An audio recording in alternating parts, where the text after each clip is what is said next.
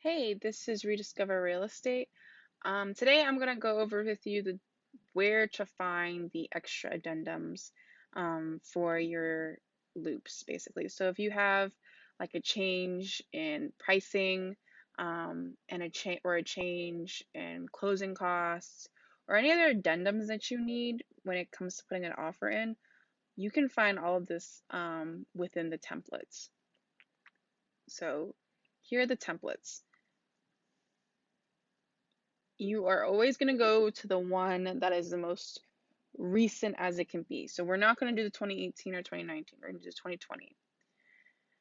So this is basically where all the templates for all the forms that we will ever need.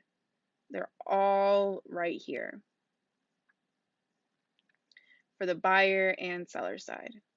For new construction, for land, all of this is in here. You just need to know what form you need to find.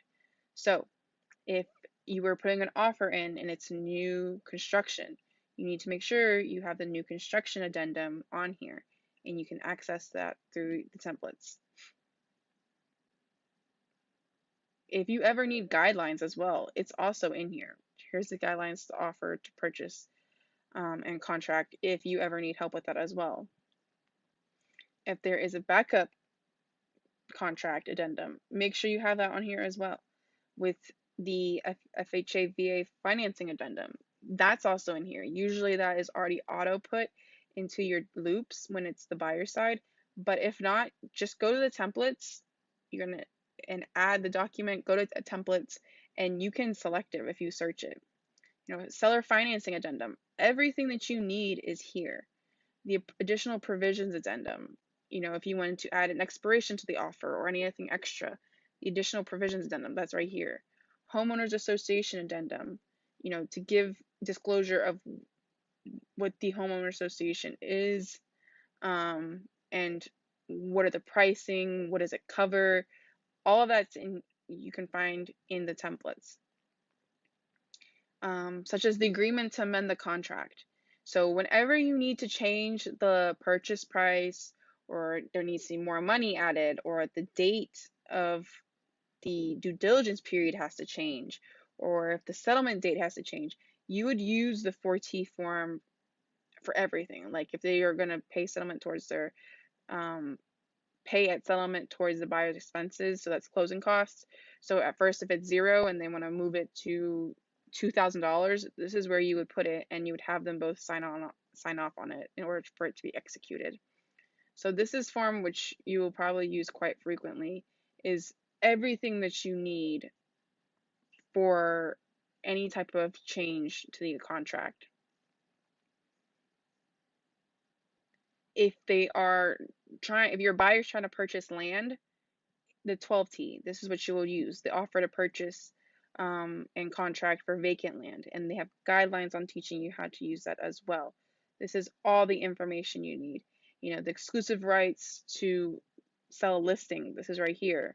If it's a short sale, it's right here. Every single addendum and form you need is in here. The Residential Property and Owners Association disclosure, that needs to be filled out by sellers. So make sure you put that in there because it's not automatically in there. The mineral and oil gas rights mandatory disclosure, that has to be put in there as well. So this is basically what's going to save you in the long run when certain documents are signed off on. It could help protect you and also help protect whoever your client is as well, to make sure that both sides are doing what they're supposed to. So all of these forms, termination forms, if you need to terminate a contract, termination by mutual agreement with the release of earnest money, you would use that. Termination of contract without the release of earnest money, you would use that. All of this is basically in here. If they're doing a short-term rental, if there's a move-in inspection form, basically all of this that's usually used for leasing. But any information you need, like I said before, is all in here. You just need to know what form you're looking for. And the most popular ones are the termination, which is Usually around the 300s are the termination, and the 4T, which is the uh, agreement to amend the contract. So those are the forms that are typically used. So like I said, if you go to loops and you needed to add another form, here, let's say this is your loop, you would go to add document, templates, go all the way down here, and then search whatever you need to find, and then just hit copy, and it'll be transferred over, and it'll autofill based on whatever information you put on there for you. And that's pretty much it.